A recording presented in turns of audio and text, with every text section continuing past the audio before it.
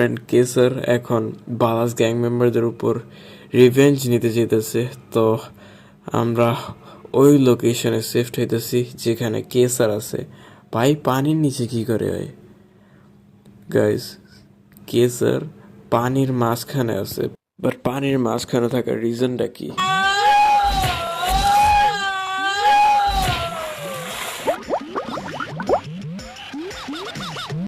তো চলো আমরা তীরের দিকে যাই, আর কি রিভার ব্যাংকের দিকে।